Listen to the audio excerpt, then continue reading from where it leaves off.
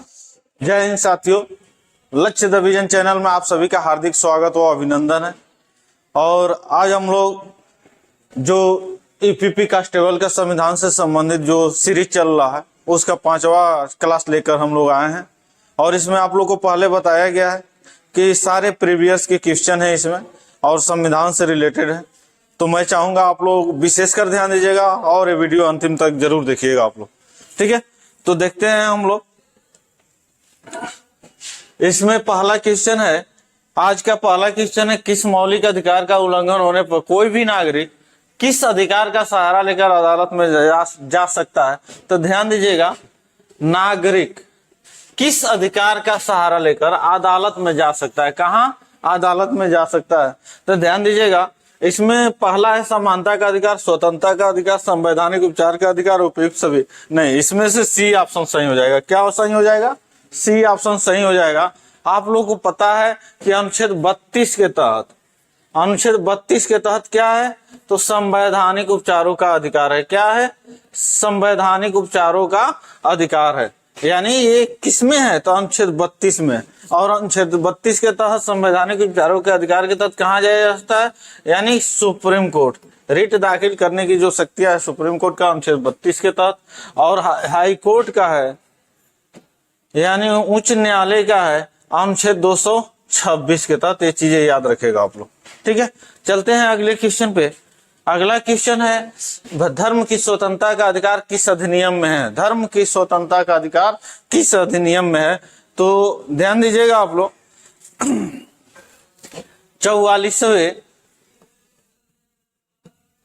44वें संविधान संशोधन 1978 द्वारा संपत्ति के अधिकार को हटा दिया गया। किस अधिकार को हटाया गया? तो संपत्ति के अधिकार को मौलिक अधिकार से बाहर कर दिया गया। संपत्ति के अधिकार को 44वें संविधान संशोधन 1978 द्वारा 300 क में रखा गया। कहाँ रखा गया? 300 क में रखा जाता है। 44वें संविधान संशोधन 1978 द्वारा संपत्ति के अधिकार को 300 क में रखा, यानी उसके पहले, यानी 44वें संविधान संशोधन के पहले जो मौलिक अधिकार था उसकी संख्या 7 थी, लेकिन इसके तहत एक निकाल दिया गया तो बच गया कितना? 6 बच गया। कितनी मौलिक अधिकार बच गए? 6 मौलिक अधिकार बच गए। इन 6 मौलिक अधिकार में ध्यान दीजिएगा, एक कोड होता है। वो कोड क्या है? तो ये चीजें आप लोग याद रखिएगा, बहुत आप लोगों के लिए काम करेगा। 5 4 2 4 2 1 एक कोड है मौलिक अधिकारों की अनुच्छेद याद करने के लिए। किस मौलिक अधिकार में कितने अनुच्छेद हैं? बहुत ही आसान होता है। जैसे आप लोग जानते हैं, इस समय वर्तमान में जो 6 मौलिक अधिकार है, पहला है समता या समानता का अधिकार, दूसरा है स्वतंत्रता का अधिकार, तीसरा है शोषण के विरोध अधिकार, चौथा है धार्मिक स्वतंत्रता का अधिकार, पांचवा है शिक्षा और संस्कृति का अधिकार, और छठा है संवैधानिक उपचारों का अधिकार। तो पहला समता या समानता का अधिकार स्टार्ट कहां से होता है? तो ध्यान दीजिएगा, 14 से स्टार्ट होता है। तो 14 15 16 17 18, यानी 14 से 18 तक जाएगा। कहां तक? 14 से 18। दूसरा है जो स्वतंत्रता का अधिकार। स्वतंत्रता का अधिकार के अंतर्गत 4 है, तो यानी कि ये 19 से स्टार्ट होता है, 19 20 21 22, यानी 22 तक जाता है। कहां तक जाता है? 22 तक जाता है। तीसरा क्या है? तो शोषण के विरोध अधिकार, 22 को छोड़ेंगे, यानी 23 और 24 है। जो पांचवा क्या है? तो धार्मिक स्वतंत्रता का अधिकार, और धार्मिक स्वतंत्रता का अधिकार है 25 4 है, इसमें देखते हैं। तो 25 26 27 28, यानी 28 तक में। तो ध्यान दीजिएगा, हम ऑप्शन ढूंढते हैं यही वाला। कहाँ है? तो ये वाला ऑप्शन है, यानी ये सही हो जाएगा। कौन सा सही होगा? तो 25 से 28, यानी कि धर्म की स्वतंत्रता का अधिकार किस अनुच्छेद के तहत है? 25 से 28 तक है। ये विशेषकर ध्यान दीजिएगा आप लोग। चलते हैं अगले क्वेश्चन पे। अगला क्वेश्चन है, भारतीय संविधान के किस अनुच्छेद के अंतर्गत प्रत्येक नागरिक को मानवीय गरिमा से जीने का अधिकार है? भारतीय संविधान के किस अनुच्छेद के तहत प्रत्येक नागरिक को, किसको? प्रत्येक नागरिक को मानवीय गरिमा से जीने का अधिकार है। ध्यान दीजिएगा, एक अनुच्छेद है, अनुच्छेद 21। अनुच्छेद 21 के तहत है प्राण एवं दैहिक स्वतंत्रता। क्या है? प्राण एवं दैहिक स्वतंत्रता। और यानी कि हमारे प्राणों को कोई छीन नहीं सकता जब तक हम ऐसा कोई विधि का दुरुपयोग नहीं किए हैं, विधि का उल्लंघन नहीं किए हैं, जिसके तहत मुझे मृत्युदंड कारित हो, तो यानी न्यायपालिका द्वारा ही मृत्युदंड कारित हो सकता है। वो भी हम विधि का उल्लंघन वैसे करते हैं तभी किया जा सकता है, वरना नहीं किया जा सकता है। अन्य कोई व्यक्ति, अन्य कोई संस्था या सरकार हमारे बिना विधि के हमारे प्राणों को छीन नहीं सकता, न ही हम अपना प्राण गंवा सकते हैं। यानी कि जीवन जीने का अधिकार ही मिला गया है, तो वो है अनुच्छेद 21। कौन सा अनुच्छेद है? अनुच्छेद 21 सही हो जाएगा। इसमें क्या हो जाएगा? अनुच्छेद 21, ठीक है ना। 14 में जानते ही आप लोग क्या है, 14 में विधि के समता। अनुच्छेद 15 में क्या है? जात, धर्म, लिंग, जन्म स्थान के आधार पर किसी के साथ भेदभाव नहीं किया जाएगा। और जो अनुच्छेद 20 है, अभी आगे क्वेश्चन आप लोग को देखने का मिलेगा इससे संबंधित, या पिछले वीडियो में आप लोग देखे होंगे, क्लास में देखे होंगे। अगला क्वेश्चन है, भारत में संपत्ति का अधिकार अब रह गया। देखिए, जो उस पर अभी चर्चा चल रही थी, भारत में संपत्ति का अधिकार अब रह गया। भारत में संपत्ति का अधिकार अब क्या रह गया? सिर्फ कानूनी अधिकार रह गया। कौन सा? तो कानूनी अधिकार रह गया। अभी आप लोग को बताए थे पीछे कि 44वें संविधान संशोधन 1978 में क्या किया गया? संशोधन करके, और इस संपत्ति के अधिकार को, किसको? तो इस संपत्ति के अधिकार को क्या किया गया? बाहर कर दिया गया। और कहाँ रखा गया? तो 300 के तहत क्या बना दिया गया है? तो कानूनी अधिकार बना दिया गया है। क्या बनाया गया है? अब कानूनी अधिकार बनाया गया है या विधिक अधिकार बनाया गया? कानूनी अधिकार या विधिक अधिकार बनाया गया है, ठीक है ना। कानूनी अधिकार या विधिक अधिकार बनाया गया। ध्यान दीजिएगा, विधिक शब्द भी आ सकता है, यानी कानूनी या विधिक। इस ऑप्शन में तो कानूनी दिया है, लेकिन विधिक भी आ सकता है, ध्यान रखना आप लोग ऑप्शन में। तो अब कानूनी अधिकार यानी विधिक अधिकार सिर्फ रख दिया गया। ध्यान दीजिएगा, जो अधिकार शब्द है, लेकिन अगर इसी जगह के, ये अधिकार के शब्द के जगह पर अगर स्वतंत्रता रहता, क्या रहता? स्वतंत्रता रहता, स्वतंत्रता रहता, तो स्वतंत्रता में क्या होता? यहां अब 300 को नहीं रहता। ये मौलिक अधिकार था कहाँ? एक कानूनी अधिकार बना। ये संपत्ति का अधिकार किस अनुच्छेद में था? अनुच्छेद 31 में था, और अनुच्छेद 21 को ही निश्चित किया गया। लेकिन जब स्वतंत्रता लग जाता तो ये 19F हो जाता, ठीक है। क्या हो जाता? 19F हो जाता, ध्यान रखिएगा, 19F हो जाता, ठीक है ना। तो इसको भी बाहर किया गया, यानी संपत्ति की स्वतंत्रता को भी बाहर किया गया और संपत्ति के अधिकार को भी बाहर किया गया। अब बन गया है क्या? कानूनी अधिकार। सिर्फ क्या बन गया? कानूनी अधिकार। और कहाँ रखा गया? तो 300 क में रखा गया। विशेषकर ध्यान दीजिएगा आप लोग, ठीक है। चलते हैं अगले क्वेश्चन पे। मानव अधिकारों के सार्वभौम घोषणा का अनुच्छेद 6 किससे संबंधित है? ये थोड़ा यूपीपी का ही क्वेश्चन है, 2018 का ही क्वेश्चन है, लेकिन अंतरराष्ट्रीय पटल का है और थोड़ा टफ क्वेश्चन है। तो ध्यान दीजिएगा, ये मानव अधिकारों के सार्वभौम घोषणा का अनुच्छेद 6 किससे संबंधित है? तो ये घोषणा किया गया कब? तो 1948 में। कब घोषणा किया गया? 1948। अगर डेट भी जानना हो तो 10 दिसंबर 1948 होगा। क्या होगा? 10 दिसंबर 1948 को सार्वभौम घोषणा किया गया अनुच्छेद 6। किससे संबंधित? तक कानून के समक्ष एक व्यक्ति के रूप में मान्यता का अधिकार, यानी ये सही हो जाएगा। कानून के समक्ष एक व्यक्ति के रूप में मान्यता का अधिकार दिया गया, ठीक है ना। तो ये 10 दिसंबर 1948 को घोषणा की गई अनुच्छेद 6 के तहत ये रहेगा, ठीक है ना। चलते हैं अगले क्वेश्चन पे। अगला क्वेश्चन है, नीलम संजीव रेड्डी के कार्यकाल के बाद भारत के राष्ट्रपति कौन बने? बहुत ही अच्छा क्वेश्चन है, ध्यान दीजिएगा आप लोग। नीलम संजीव रेड्डी के बाद भारत के राष्ट्रपति कौन बने? आप लोग जानते हैं भारत के प्रथम राष्ट्रपति कौन थे? डॉक्टर राजेंद्र प्रसाद। भारत के प्रथम राष्ट्रपति डॉक्टर राजेंद्र प्रसाद, ठीक है ना। अभी आगे एक क्वेश्चन मिलेगा कि जाकिर हुसैन की मृत्यु होती है, यानी प्रथम मुस्लिम राष्ट्रपति थे, जाकिर हुसैन की मृत्यु होती है, तो उस समय बीबी गिरी क्या रहते हैं? भारत के उपराष्ट्रपति रहते हैं। भारतीय संविधान में वे वर्णन है कि जब कभी राष्ट्रपति का किसी कारणवश पद रिक्त हो जाता है, तो उस समय जो तत्कालीन उपराष्ट्रपति रहते हैं उन्हें भारत के कार्यवाहक राष्ट्रपति बनाया जाता है। अगर उपराष्ट्रपति का भी पद रिक्त रहता है, तो सर्वोच्च न्यायालय के मुख्य न्यायाधीश को भारत के कार्यवाहक राष्ट्रपति बनाया जाता है। तो जब जाकिर हुसैन जी थे तो 1969 में जाकिर हुसैन की मृत्यु होती है। अब मृत्यु के बाद क्या बना, बीबी गिरी, ध्यान दीजिएगा, बराहगिरी वेंकटगिरी, ये उपराष्ट्रपति थे। तो इनको भारत के प्रथम कार्यवाहक राष्ट्रपति बनाया गया। क्या बनाया गया? भारत के प्रथम कार्यवाहक राष्ट्रपति बनाया गया। कब? 1969 में। कब बनाया गया? 1969 में भारत के प्रथम कार्यवाहक राष्ट्रपति बनाया गया। प्रथम कार्यवाहक राष्ट्रपति बनाया गया।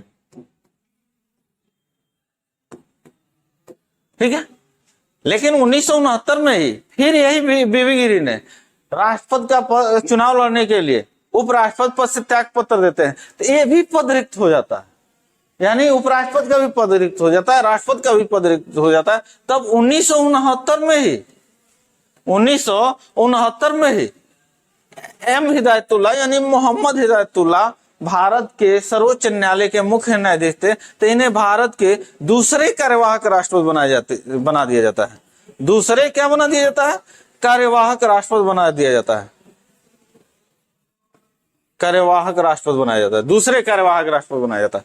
ध्यान दीजिएगा, तो एक तो पहले ही राष्ट्रपति बन गए, यानी दूसरे कार्यवाहक राष्ट्रपति बनाया जाता है। जब चुनाव होता है तो वराह वेंकटगिरी और नीलम संजीव रेड्डी एक दूसरे के प्रतिद्वंदी प्रत्याशी थे, लेकिन नीलम संजीव रेड्डी को अधिक मत प्राप्त हो गया था। किससे? वराहगिरी वेंकटगिरी से। लेकिन इसमें नियम है कि कुल वैध मतों का, यानी राष्ट्रपति के चुनाव में नियम है कि कुल वैध मतों का आधे से अधिक मत अगर कोई प्रत्याशी प्राप्त नहीं करता है तो चुनाव वो विजेता घोषित नहीं हो जाएगा। जबकि हम लोग देखते हैं स्थानीय निकाय में, विधानसभा का या लोकसभा का चुनाव होता है तो जो सबसे ज्यादा प्रत्याशी वोट निकालता है वही क्या बन जाता है, वो चुनाव जीत जाता है।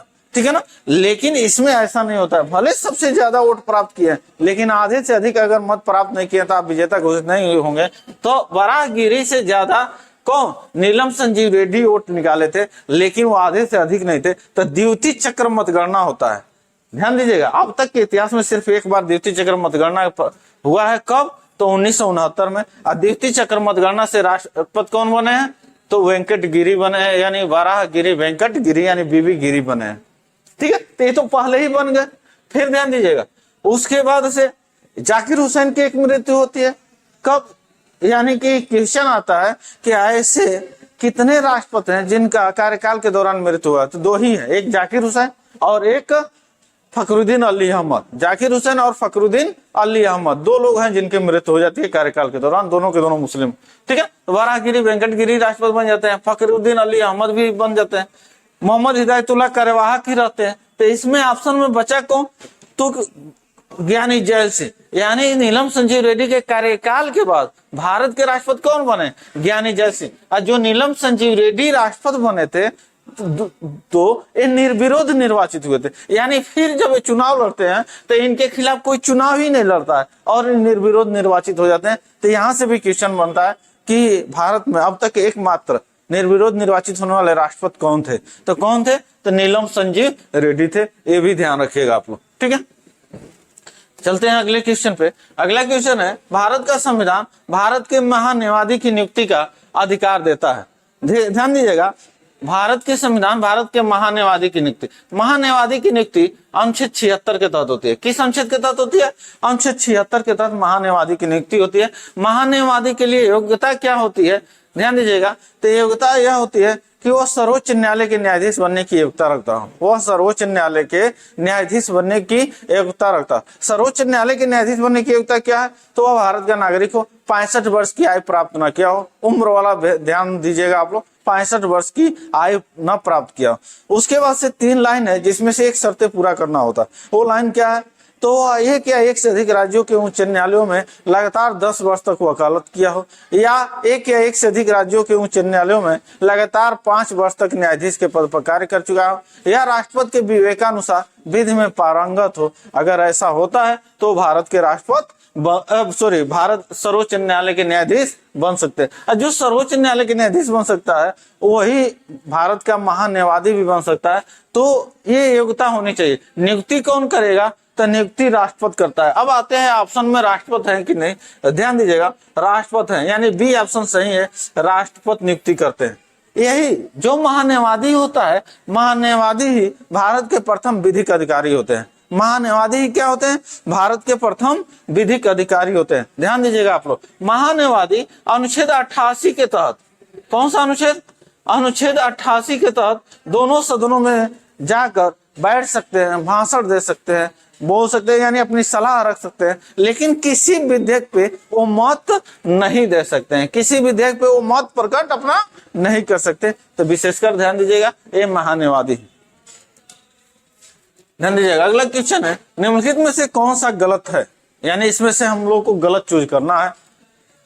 तो हम लोग पढ़ना स्टार्ट करते हैं। पहला ऑप्शन है राज्यपाल राष्ट्रपति द्वारा नियुक्त किया जाता है। राज्यपाल राष्ट्रपति द्वारा नियुक्त किया जाता है, निश्चित एकदम सही है। राज्यपाल राष्ट्रपति द्वारा नियुक्त, यानी मंत्रिपरिषद के सलाह पर राज्यपाल को राष्ट्रपति द्वारा नियुक्त किया जाता है, बिल्कुल सही है। राष्ट्रपति के प्रसाद पर्यंत राज्यपाल का कार्यकाल रहता है, बिल्कुल सही है। राष्ट्रपति के प्रसाद पर्यंत ही राज्यपाल का कार्यकाल रहता है, लेकिन अधिकतम कितने अवधि के लिए, तो 5 वर्ष के लिए रहता है। कितने अवधि के लिए, 5 वर्ष के लिए। ध्यान दीजिएगा दो या एक या एक से अधिक राज्यों का एक ही राज्यपाल रह सकता है। यही प्रावधान लाया गया कब, तो राज्य पुनर्गठन अधिनियम 1956 में यह प्रावधान ला दिया गया कि यह एक से अधिक राज्यों का एक ही राज्यपाल रह सकता है, ठीक है ना। अब ध्यान दीजिएगा तीसरा ऑप्शन है राज्यपाल राष्ट्रपति को अपना त्याग पत्र सौंपता है, ये भी सही है।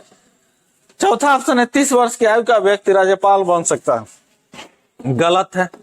30 की जगह कितना होगा, 35 वर्ष होगा। कितना होगा, 35 वर्ष होगा। ध्यान रखिएगा राष्ट्रपति, उपराष्ट्रपति, राज्यों के राज्यपाल के लिए न्यूनतम उम्र होना चाहिए 35 वर्ष। राज्यसभा और विधान परिषद के सदस्य बनने के लिए 30 वर्ष। लोकसभा, विधानसभा और संघ के मंत्रिपरिषद, राज्य के मंत्रिपरिषद और संघ के मंत्रिपरिषद, राज्य के संघ के मंत्रिपरिषद होता है, उसमें प्रधानमंत्री भी आ जाएंगे, राज्य के मंत्रिपरिषद को मुख्यमंत्री भी आ जाएंगे।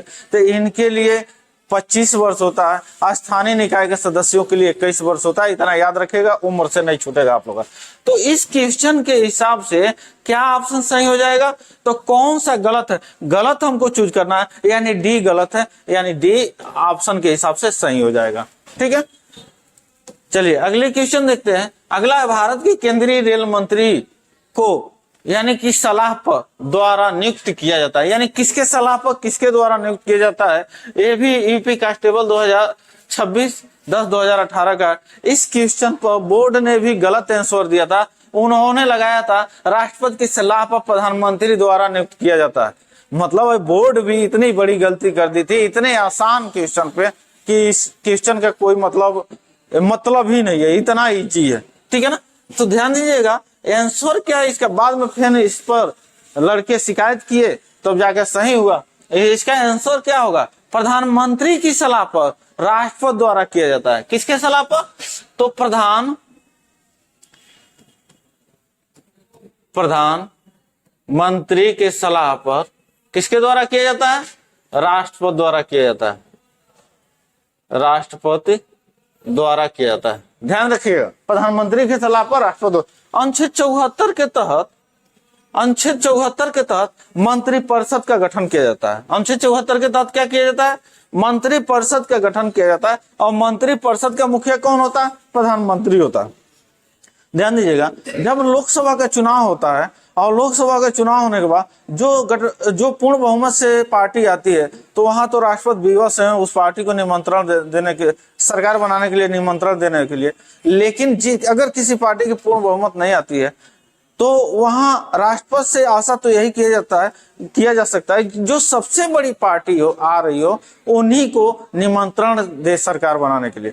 लेकिन यहाँ वो बाध्य नहीं है, उनके विवेक पर निर्भर करता है कि किस पार्टी को सरकार बनाने के लिए निमंत्रण देते हैं, ठीक है ना। तो अब ध्यान दीजिएगा अगर बहुमत रहेगी तो बहुमत वाला तो वहां तो वो बाध्य है, अगर बहुमत नहीं है तो बाध्य नहीं है, उनके विवेक पर निर्भर करता है, ठीक है।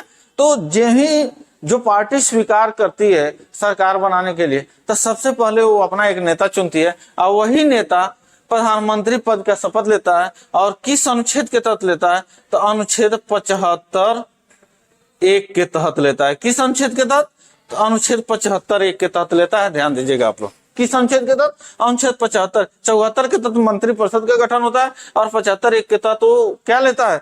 शपथ लेता है और वही नेता लोकसभा का नेता कहलाता है, यानी प्रधानमंत्री ही लोकसभा का नेता कहलाता है। जब ये शपथ ले लेते हैं प्रधानमंत्री महोदय तो अन्य व्यक्तियों की सूची भी राष्ट्रपति को सौंपते हैं और राष्ट्रपति उन व्यक्तियों को भी इसी अनुच्छेद द्वारा शपथ दिलाते हैं। किस पद के लिए? मंत्री पद के लिए। लेकिन विभागों का बंटवारा कौन करता है? तो प्रधानमंत्री करता है। तो इस क्वेश्चन के अनुसार भारत के केंद्रीय रेल मंत्री को प्रधानमंत्री की सलाह पर राष्ट्रपति द्वारा नियुक्त किया जाता है। प्रधानमंत्री की सलाह पर राष्ट्र, यानी ए ऑप्शन सही होगा। कौन सा ऑप्शन सही होगा? ए वाला ऑप्शन सही होगा। अगला क्वेश्चन है, निम्न में से कौन सा सही है? ये भी 2018 का। जाकिर हुसैन भारत के पहले मुस्लिम राष्ट्रपति थे। मोहम्मद हिदायतुल्लाह भारत के पहले मुस्लिम राष्ट्रपति थे। फखरुद्दीन अली अहमद भारत के पहले मुस्लिम राष्ट्रपति थे, नहीं दूसरे थे। एपीजे अब्दुल कलाम भारत के पहले मुस्लिम राष्ट्रपति थे, ये भी नहीं थे। यानी जाकिर हुसैन थे। कौन थे? जाकिर हुसैन भारत के पहले मुस्लिम राष्ट्रपति थे। जाकिर हुसैन ही क्या थे? पहले मुस्लिम राष्ट्रपति थे। आप लोग पता है, अभी बताया भी है कि 1969 में ही जाकिर हुसैन की क्या हो जाती है? कार्यकाल के दौरान मृत्यु हो जाती है। तो प्रथम मुस्लिम राष्ट्रपति कौन? जाकिर हुसैन। प्रथम ऐसे राष्ट्रपति जिनका कार्यकाल के दौरान मृत्यु होता है तो भी कौन थे? तो जाकिर हुसैन ही थे। ठीक है ना, ध्यान रखिएगा। व्यक्ति विशेष से भी, राष्ट्रपति से व्यक्ति विशेष से भी क्वेश्चन बनता है। यह ऐसा चैप्टर है कि इनसे बहुत ज्यादा क्वेश्चन बनता है। जैसे भारत के प्रथम राष्ट्रपति या एक से अधिक बार राष्ट्रपति होने वाले व्यक्ति, तो डॉक्टर राजेंद्र प्रसाद। ठीक है ना। भारत के प्रथम मुस्लिम राष्ट्रपति तो कौन? तो जाकिर हुसैन। भारत के ऐसे प्रथम राष्ट्रपति कौन है जिनके कार्यकाल के दौरान मृत्यु हुई? तो जाकिर हुसैन। भारत के ऐसे दूसरे राष्ट्रपति कौन थे जिनके कार्यकाल के दौरान मृत्यु हुई? फखरुद्दीन अली अहमद। भारत के प्रथम कार्यवाहक राष्ट्रपति बीबी गिरी। भारत के दूसरे कार्यवाहक राष्ट्रपति तो एम हिदायतुल्लाह। एम हिदायतुल्लाह से क्वेश्चन और बनता है कि ऐसे कौन से सर्वोच्च न्यायालय के न्यायाधीश थे जिन्हें कार्यवाहक राष्ट्रपति बनाया गया? तो एम हिदायतुल्लाह।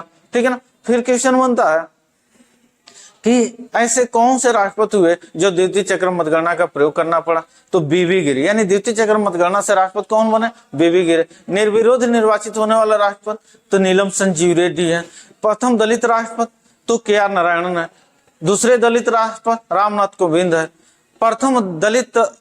प्रथम आदिवासी दलित महिला राष्ट्रपति तो इस समय वर्तमान में है जो द्रौपदी मुर्मू है, वही है। ठीक है ना। प्रथम महिला राष्ट्रपति तो प्रतिभा देवी सिंह पाटिल है। ठीक है ना। और राजनीतिक राष्ट्रपति तो APJ Abdul Kalam. Missile man राष्ट्रपति एपीजे अब्दुल कलाम। यह व्यक्ति विशेष से संबंधित क्वेश्चन बनता है, ध्यान रखिएगा आप लोग। ठीक है ना। तो इस क्वेश्चन के अनुसार आंसर क्या हो जाएगा? ए हो जाएगा। ठीक है, आगे बढ़ते हैं। मुख्य सचिव का चयन कौन करता है? ध्यान दीजिएगा, एक क्वेश्चन अब उत्तर प्रदेश सिपाही से संबंधित है तो उत्तर प्रदेश राज्य ही समझ लिया जाए, वरना इस क्वेश्चन का अर्थ दो तरह का हो सकता है। मुख्य सचिव का चयन कौन करता है? अगर यहाँ राज्य लग जाए, राज्य का मुख्य सचिव का चयन कौन करता है तो कौन होगा? राज्य के मुख्यमंत्री हो जाएंगे। कौन होंगे? राज्य के मुख्यमंत्री हो जाएंगे। लेकिन यही राज्य के शब्द पे अगर संघ का लग जाए, किसका लग जाए? संघ का लग जाए तो कौन हो जाएंगे? प्रधानमंत्री हो जाएंगे। कौन हो जाएंगे? यानी कि राज्य के मुख्य सचिव की नियुक्ति कौन करता है? तो राज्य का मुख्यमंत्री करेगा। लेकिन संघ के, ध्यान दीजिए, लेकिन संघ के मुख्य सचिव की नियुक्ति कौन करेगा? तो प्रधानमंत्री करेगा। एक क्वेश्चन का आंसर हो जाएगा। ठीक है ना। लेकिन ये जो उत्तर प्रदेश सिपाही है, उत्तर प्रदेश राज्य से है, तो बोर्ड ने किसको माना? राज्य का मुख्यमंत्री माना। आंसर सही।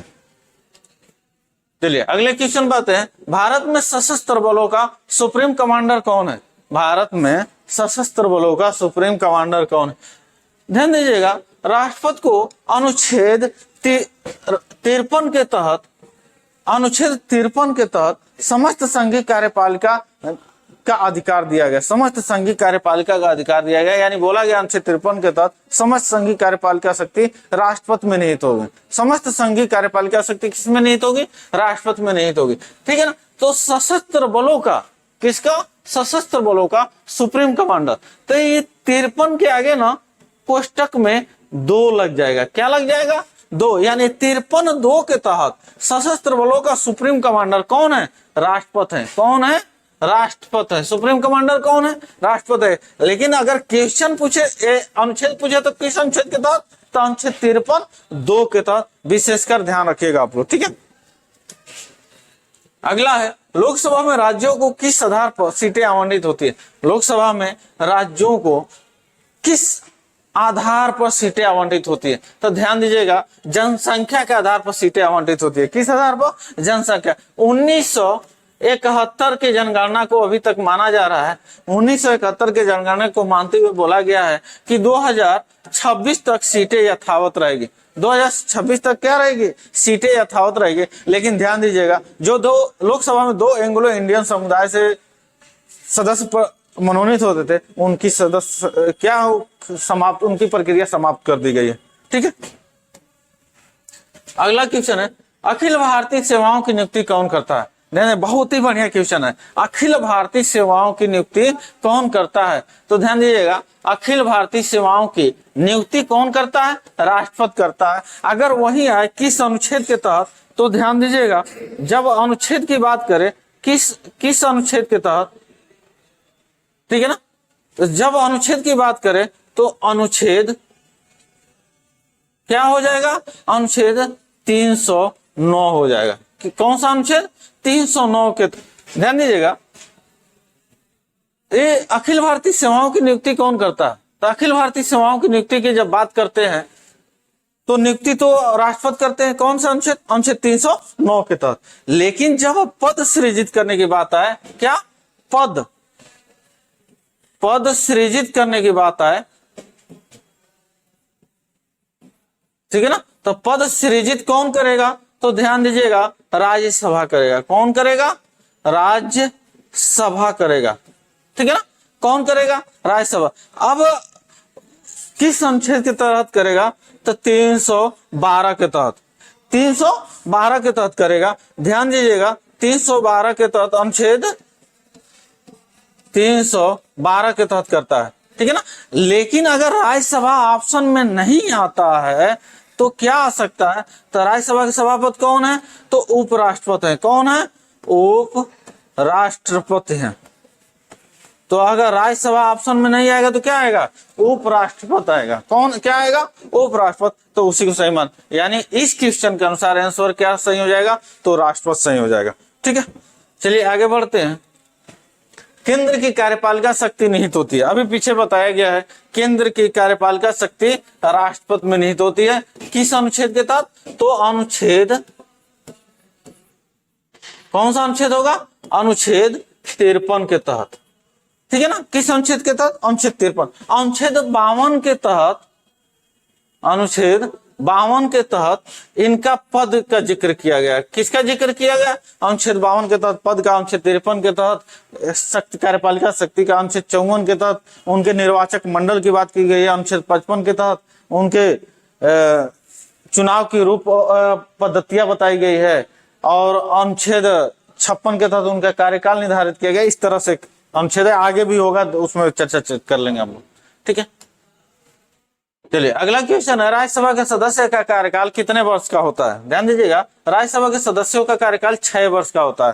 राज्यसभा विधान परिषद के सदस्यों का कार्यकाल कितने वर्ष का होता है? 6 वर्ष का होता है। राज्यसभा के जो सदस्य होते हैं ना, राज्यसभा के सदस्य सारे एक बार पदमुक्त तो नहीं होते हैं और न ही एक बार निर्वाचित होते हैं। ध्यान दीजिएगा, इनके 1/3 सदस्य, कितने? 1/3। ध्यान रखिएगा आप लोग हमेशा, इसके 1/3 सदस्य प्रत्येक दूसरे वर्ष पे, कितने? प्रत्येक दूसरे वर्ष पे क्या होते हैं? पदमुक्त हो जाते हैं। अब फिर उतने ही सदस्य क्या कर लिए जाते हैं? उतने ही सदस्य फिर निर्वाचित कर लिए जाते हैं। 1/3 सदस्य पदमुक्त होते हैं हर दूसरे वर्ष, 1/3 सदस्य कितने फिर क्या कर लिए जाते हैं? निर्वाचित कर लिए जाते हैं। इनका निर्वाचन अप्रत्यक्ष रूप में होता है। ठीक है ना, और इनका कार्यकाल कितने वर्ष का होता है? तो 6 वर्ष का होता है। ठीक है, ध्यान दीजिएगा, लोकसभा का कोरम कुल सदस्य संख्या का कितना होता है? तो लोकसभा का कोरम कितना होता है? तो 1/10। चाहे लोकसभा का पूछे, विधानसभा का पूछे, विधान परिषद का पूछे, राज्यसभा का पूछे, गणपूर्ति कोरम, ये इसका पूरा नाम क्या होता है? गणपूर्ति कोरम संख्या। कितना? तो 1/10। याद रखिएगा हमेशा आप लोग।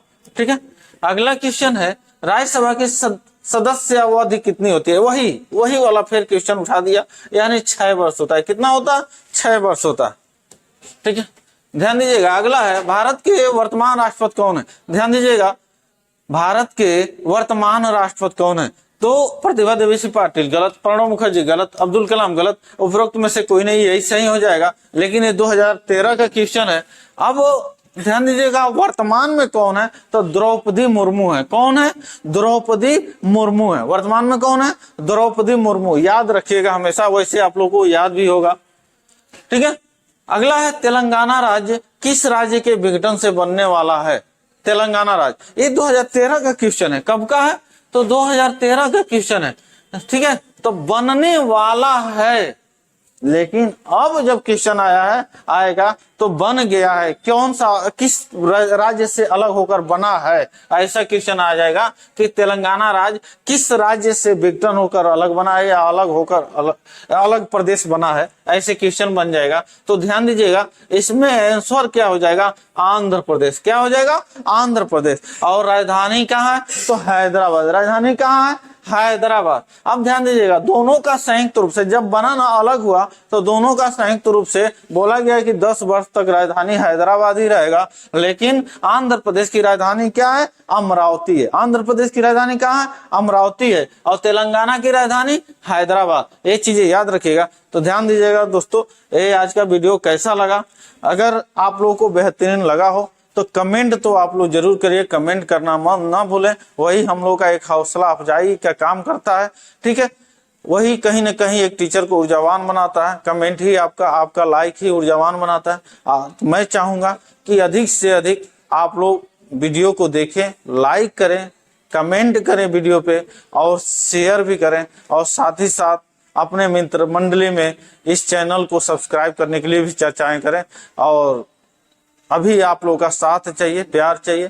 तो मैं चाहूंगा कि आप लोग साथ प्यार करें और देते रहें ऐसे ही जैसे दे रहे हैं। बहुत जल्दी हम लोग का चैनल 1000 प्लस भी हो गया, अब बहुत जल्दी 2000 हो जाएगा। आप लोगों का अगर ऐसे ही साथ मिलता रहा तो मैं चाहूंगा कि आप लोग अधिक से अधिक साथ देने की कोशिश करें, क्योंकि इस छोटे जगहों पे हम लोग ये शुभारंभ किए हैं। और इसके पहले ऑफलाइन सेवा करते थे हम लोग, ऑफलाइन भी अभी भी चल रहा है। जो आज हम लोग पढ़े हैं ऑफलाइन में, हमारे यहाँ के बच्चे इस ऐसे क्वेश्चन को कुछ समझते ही नहीं है।